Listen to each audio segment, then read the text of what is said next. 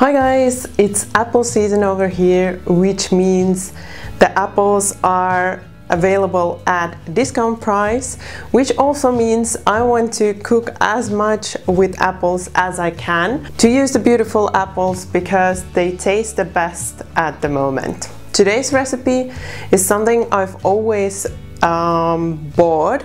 I've never made it myself until now, and I never actually even thought of making it myself. But now that I know how easy it's to make the homemade applesauce, and I also have some tips for you how to preserve it for a longer time, I see no reason why not to make it myself. So today I want to share with you the recipe. It's super simple. You only need the apples and a little bit of water, and that's it.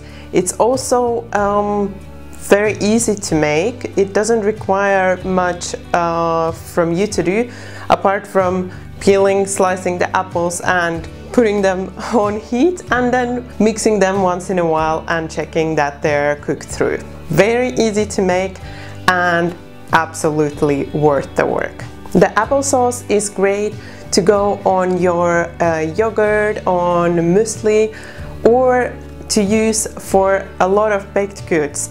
I love to use applesauce for cakes, for cupcakes and donuts and different kinds of things. I will make sure to share some of those recipes with you over on my website, so where you will find the recipe for the applesauce. There will also be some suggestions for what you can use the applesauce for waiting for you. And now, before I get all carried away, let's get started with the recipe.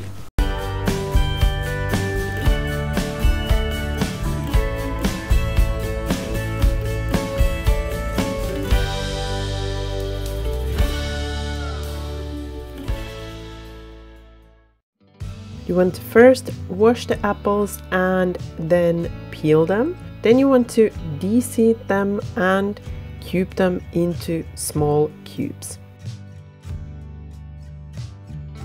Then you want to add all of the apples into a pot, depending on how much you are using, and pour a little bit of water just to cover the bottom of the pot. Transfer the apples into a heat and bring to boil. Once it's boiling, you want to mix once in a while and drop the heat to medium. You want to cook the apples covered, mixing once in a while, and you will start noticing when all of the water is gone, like you can see here, and the apples are starting to get really soft. You want to keep on mixing them once in a while so that they cook evenly, and also you can check how good they are cooked, so whether they're ready or not.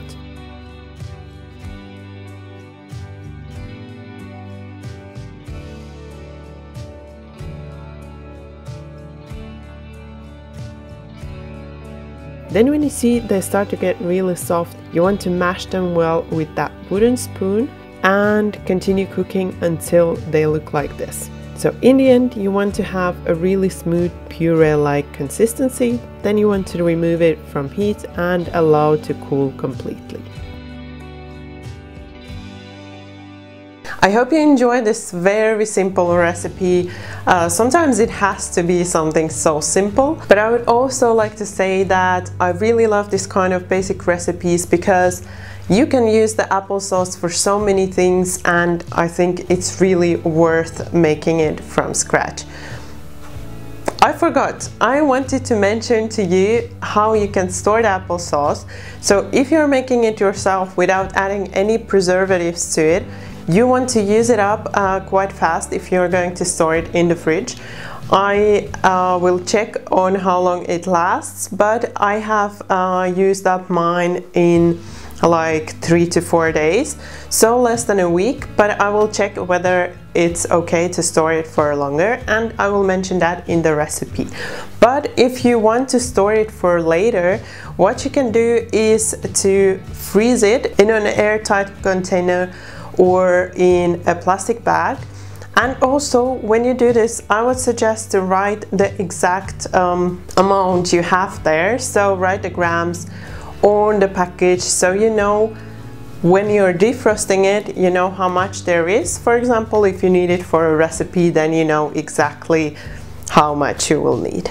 Also, what I tend to do is I kind of plan beforehand a little bit for what I want to use the applesauce, for example, for a cake recipe, and then I measure the exact amount that I would need for the recipe into a freezer bag and write that on the freezer bag, so I know this is for the recipe I'm gonna make. Some little tips there for you. I hope you found them helpful, and I also hope I inspired you to make your own applesauce from scratch. If you enjoyed this recipe, you know what to do. Show that thumbs up so I also know that you like this recipe, and also don't forget to tap that subscribe button so that you don't miss any of the coming delicious recipes.